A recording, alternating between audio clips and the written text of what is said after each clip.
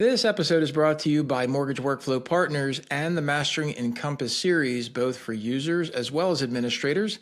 You can find out all the information about it over at masterengencompass.com. Also, if you'd like to check out what we're doing on YouTube, go ahead and subscribe to the channel using the @MasteringEncompass handle. And make sure you stay up to date on all the information, not just with podcasts, but also video content that we bring to you as often as possible. Now let's get on to the episode.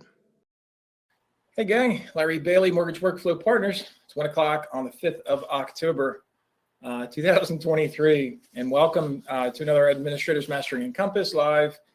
And I just got some pretty awesome news. I'll share that with you in a few minutes. But we meet every Tuesday, 4 p.m., Thursday, 1 p.m. Eastern. Thanks everybody for coming. I know Thursday is always a little bit of a tougher day, but we're going to talk about some really important things. Specifically how to protect your wires at funding today. Obviously, we're going to talk about any open Q&A. We're going to talk about anything that everybody who shows up live, anything you want to talk about. Laggy? I'm laggy? I did have some Celsius. Oh, you know what's going on? Shit, I wonder if it's an upload that I have going on in the background. Oh, is it better now, Brian? Yeah, Brian, Kevin's saying it's on your end, dude. It's all you. Anyway, we're gonna talk about any open questions, including lagginess.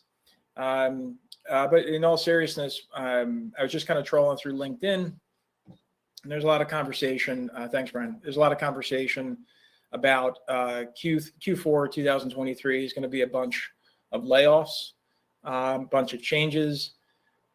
And that's the reality of our industry. For those that are as old as me and as in the mortgage biz as long as me, you get used to this kind of stuff. You hope it never happens, but hopefully everybody's been squirreling away some cash, or most importantly, always creating value for yourself as well as your company. So making money is a good reason to keep you. Not losing money. Companies keep those people around even better because it's great to keep what they make. But most importantly, when you go through these times, I do want you to always think about improving your skill sets. It's one of the reasons why I continue to educate. I know not everybody has an extra $2,500 laying around. We do take payments on the Admin's Mastering Encompass. We did just add certification to that for those companies that must have a certification with courses, which I'm told it's critically important. We did create a certification to that course, not to be confused with anyone else's certification, but because our test is completely tight. It's multiple choice, 75 questions, must be completed within 60 minutes, and you have to know your stuff because you can't click off the screen.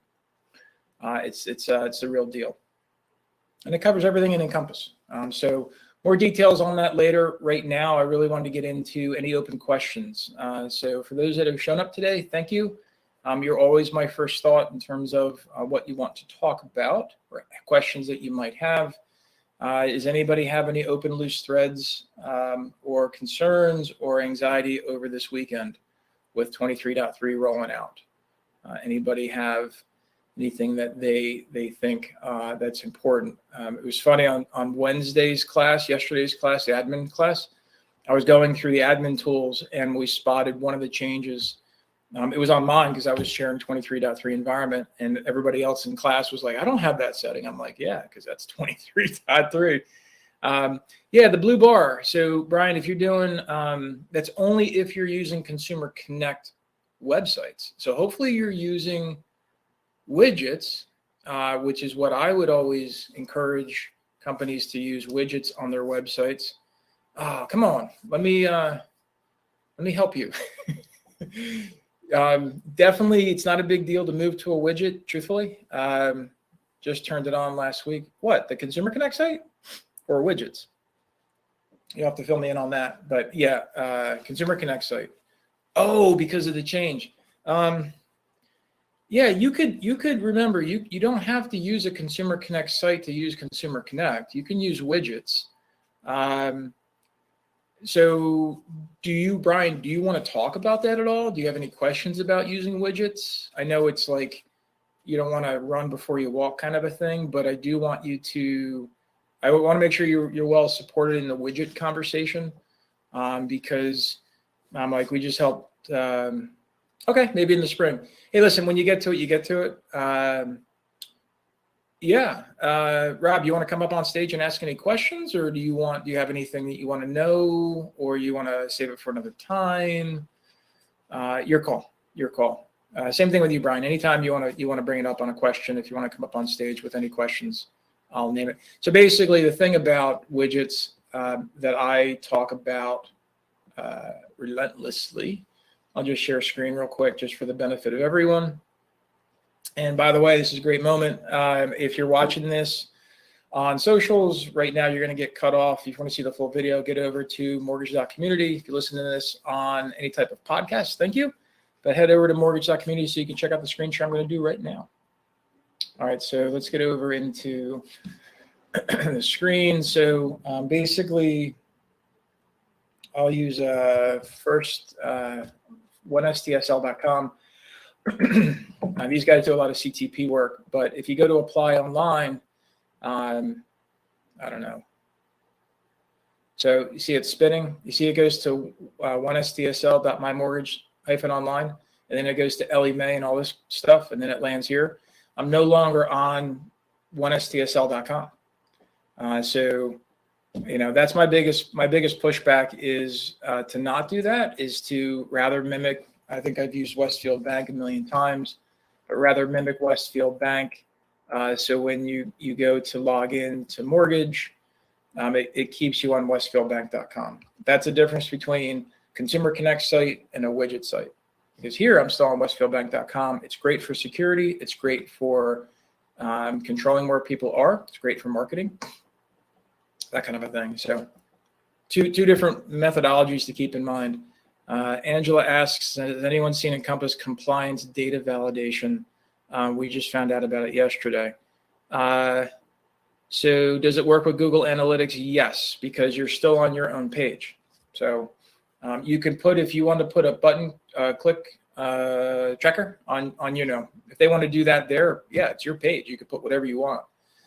What you can't do with Google in here, Rob, just so you know, on the website, is you cannot do Google Analytics here. But if you go into the Consumer Connect admin, you can put your UA code, the updated UA code for Google, or actually sound with G code, your G code with Google into there, and you can do your Google Analytics through Consumer Connect, just not on the web page here. You do it through the admin site. If anybody else, so you can actually pick it up at the Consumer Connect site with the admin settings. You should check that out. I haven't checked it. I'm assuming it supports Google, the G code now, because there's no such thing as a UA code anymore. Does the GA code not work with widgets? So Patty, your GA code is going to be here on your domain, but when you go into the Consumer Connect, I don't have a Consumer Connect on my 23.3 admin, which is what I booted for today. But if you go into your Consumer Connect, there's a spot for Google Analytics, and that's where you put your code in. And that allows you to track your Google Analytics inside of the widget, because the widget lives on ICE's domain. Make sense? So you got to put it both places, and you're going to have to coalesce the information together if you really want to follow the journey, which it sounds like Robert's doing. So, it's pretty straightforward, crooked kind of way, but it's telemarketing. What I would do if it were me, I would separate my properties. I'm going to talk Google Analytics stuff here for a second. If I lose you, sorry. But I would separate my properties on Google, so I have my normal website traffic, so I could see what happens, and then I have a separate property in Google Analytics to actually track what happens inside the application at the Consumer Connect site. That's what I would do.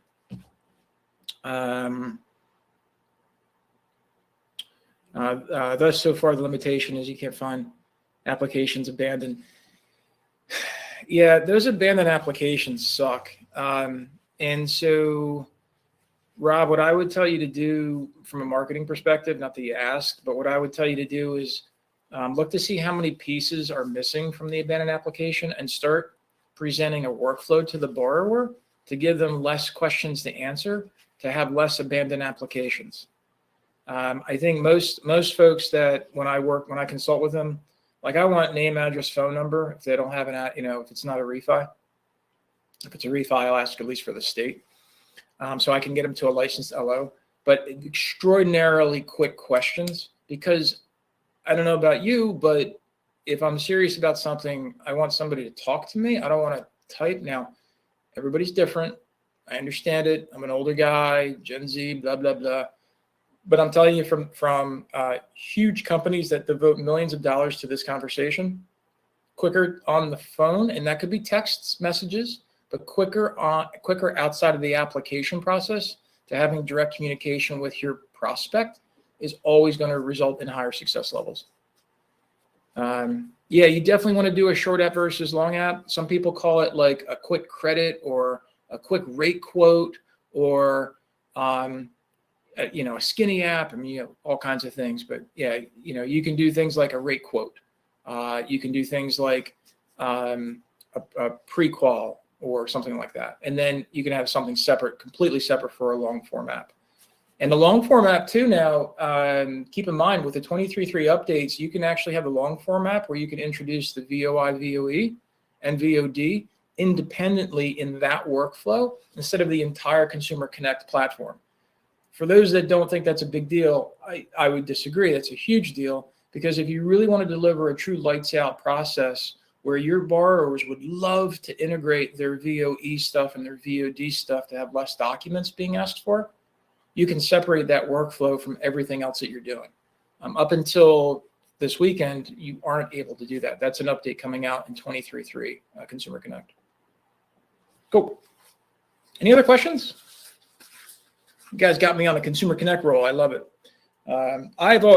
Listen, I can't say always. I've been a fan of Consumer Connect at least for the last few years.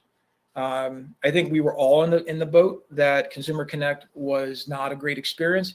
Keep in mind, this third-party cross-site tracking thing is still a real situation, which is why my prior client here put this here, Westfield Bank. But the one-time passcode hopefully is working towards a more comprehensive resolution to that. So John asks, I am curious if anyone finds value in the quote preferred contact method. Raise a hand. I find tremendous value in that. To this update, I asked around the company. Response was basically only people have cell phone nowadays. That's not that's good, but the deeper value is when do they want to be called? It's not the method, it's the when. So if you said to somebody, hey, times and time zone. So again, not only do we have to worry about calling people too early or too late, but what if you're working with a borrower who's only available certain times of the day in a certain time zone? I don't know if you ever had to do this. I have, where I had to build a whole friggin' contact form and do all this stuff custom. Now it's native. So thank you, ICE. Yeah, that's the thing, John. That's the value for everybody. It's not just the preferred contact method. It's when and at what time zone. Yeah, totally cool. I'm glad you asked. Anybody else have any value on that? We got a decent crowd here, about 17 folks.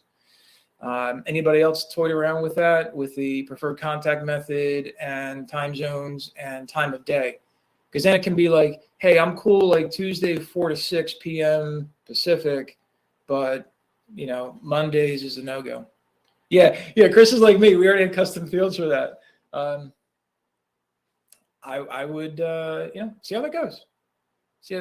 I kind of believe that this is going to ultimately lead, I don't know this for a fact, this is just my guess, but it will eventually lead into Encompass CRM.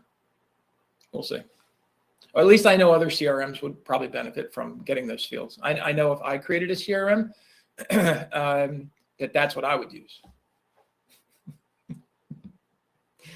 Anyway, I'm going to get into funding. Show of hands virtually, anybody ever been a victim of wire fraud in their company, or have, where it was your company, or you've heard of a company being victim of wire fraud? Because it's for real. It's for real. Your borrower was, yeah, where the borrower sent money to the wrong place because wire instructions weren't right or something like that, Kirsten? Something like that. I've heard nightmare stories of borrowers wiring to title companies, but it wasn't really the title company. Like, it gives me chills. Like, literally, I just had chills. You helped catch one. The borrower had suspicious email. I'm telling you, what happens is what ends up, some of these bad actors, they actually go out there and they figure out who's financing or who's thinking about refinancing or something like that. And the bad actors fish into the borrower's email, and they're waiting for an email to see, are they working with an attorney? Are they working with a title company? And then they start the phishing schemes. It's very real for borrowers, and it's even worse for mortgage companies. So you had a loss. That sucks, Rob. I'm sorry to hear that. So let me talk about that. 35,000, John, lost 35 grand.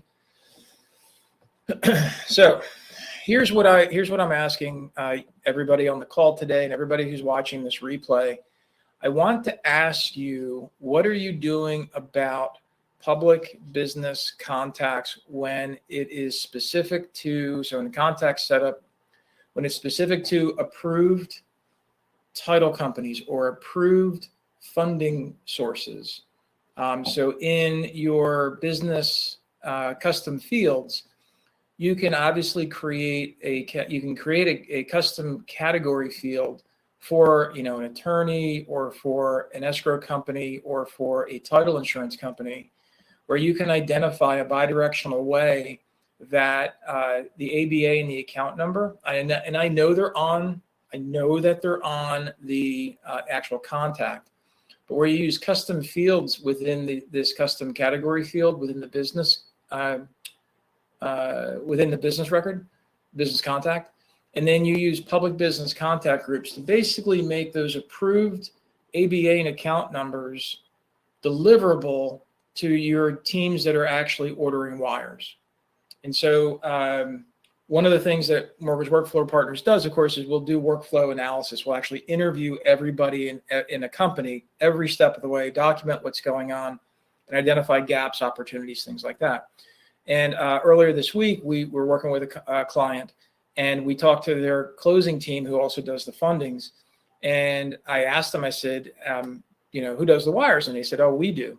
And I said, great. How do you verify that the wiring instructions you have in your hand in the file are authentic? And they said, we call. And I said, you call who? And they said, well, we call the title company. I said, you call them every single time? And they said, yes. I said, okay. How do you know the number you're calling is correct? Well, we look at the instructions. Okay, there's a risk right there. How do you know the person answering the phone is actually who they are? Again, I know this sounds like really far out, but when you're dealing with an opportunity to steal a lot of money, people will do real things. So my takeaway was, okay, what do you have in your workflow to actually, at the company level, approve a title company, a funding destination? And their answer was, we don't.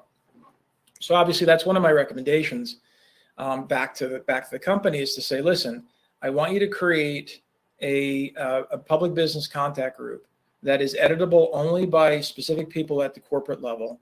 And then you'll serve up those public business contacts through user groups, right? This is how we do it.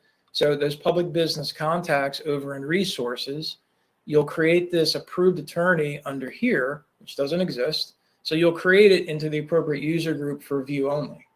And that way, within workflow, when you get into a file and the closers go into do their wiring instructions, things like that, to their warehouse, you basically control the workflow so that there's absolutely no way they can print a wire request or do a pipeline view with field values, if that's the way you do it. Some companies will do an Excel sheet export, a CSV export, to upload to a warehouse. My point is that when they come in here and they look at your file contacts, when you get into, again, let's pretend it's in title, you can control what ABA and account number flow into here through those custom business fields, which are controlled only by the public business contact group that you assign edit rights to through your user group. So I know I just built up a big ball of spaghetti right there, but it all links together. And if you're doing something like this, kudos. If you're using a third-party company like Funding Shield, awesome. I just want to make sure that your company and you as an admin, that you're doing something that is documented and is scalable and is actually being used 100% of the time, because there's 2 times when wire fraud happen most: when business is fast and when business is slow. Happens when it's fast because people are running 1,000 miles an hour and people don't notice. Happens when it's slow because people are either reduction in force, so new people are doing jobs they never did before and they don't really know what they're doing, or people are doing that job still, but now they have to do other jobs, so their attention is less focused. So that's kind of my diatribe on the funding part. Anybody have any feedback on what you're doing at your company? If it's easier to talk and you want to talk about it, great. If you don't want to talk about it and just type for the rest of the community, feel free to do that too. But is anybody using public business contact groups? Is anyone using third parties like Funding Shield or somebody like that? Like, how are you protecting your wires to making sure that they're only being delivered to approved destinations? And sometimes your warehouse will do this too. In addition to whatever it is that you're doing, warehouses can actually see on the Federal Reserve side, can see the receiver's information to see if it matches up. So sometimes companies have like an approved warehouse list that they'll match. Sometimes warehouses will do the double check, which will take time off the clock to process that wire before it gets to the Fed. There's lots of different things that can be done, but I really want to make sure you guys are doing something. So Kirsten says we use a combo of Funding Shield and managing approved wire instructions in the closing department. Thanks very much, Kirsten. So when you say manage approved wiring instructions in the closing department, do you use approved fields or business contacts? Like, how do you manage that for the approved wiring instructions? Use business contacts. Great. Do you use the category of title insurance or do you use something different? Just curious.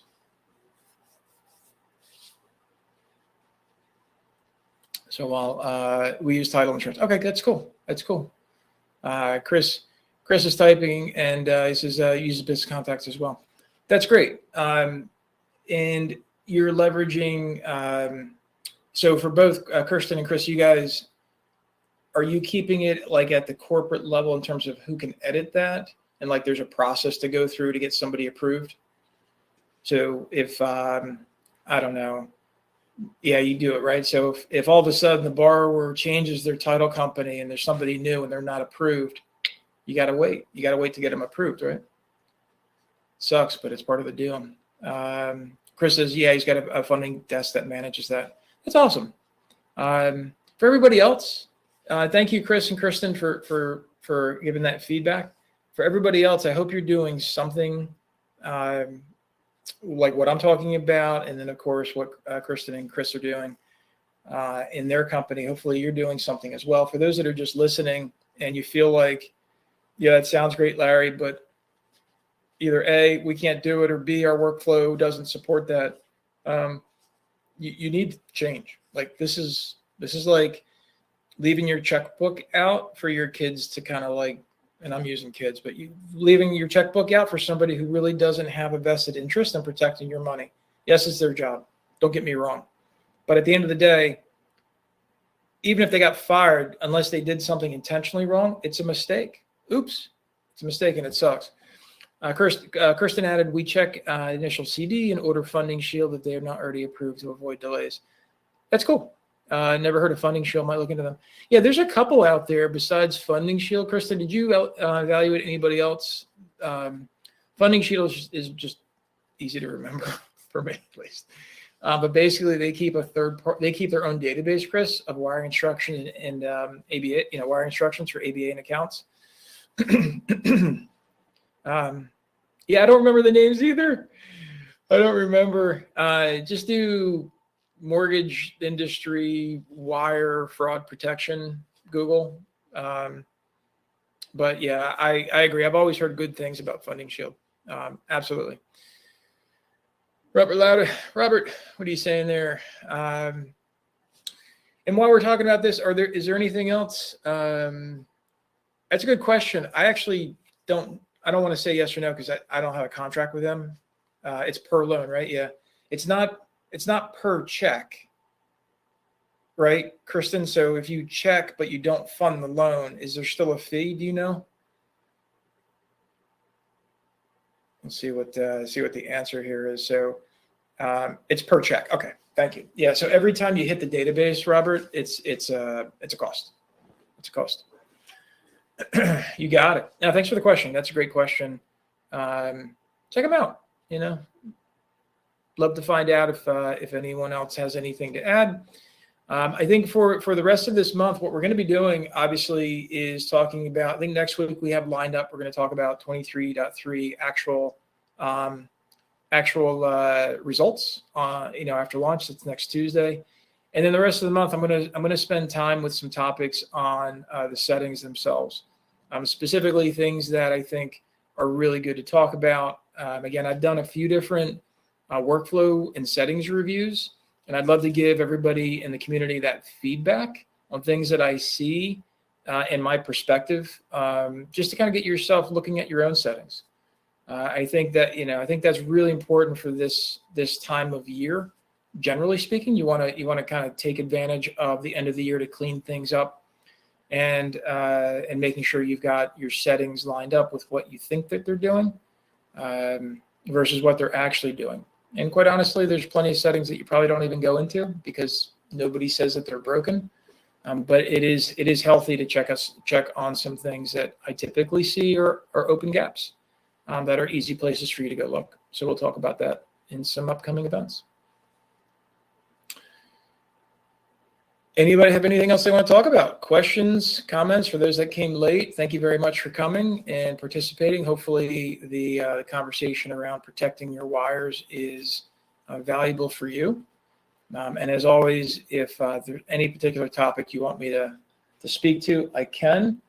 I'll just end here as we don't have any questions. I'll just end with, if you have any needs I did a post earlier today about, what's your plan for this year.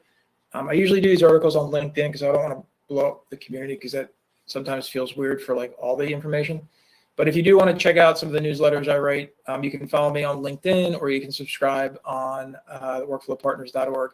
But basically, it was a conversation about what the plan is for the rest of this year, specifically with what are you spending in third parties? Again, one of the systems I looked at recently, they had a ton of plugins that they're just not using. They're just not using them, and they're paying these monthly fees because, again, as an admin, you're like, oh, I don't know what would happen if we didn't use that. And some of these plugins can be individually can add on an extra $300 or $400 a month.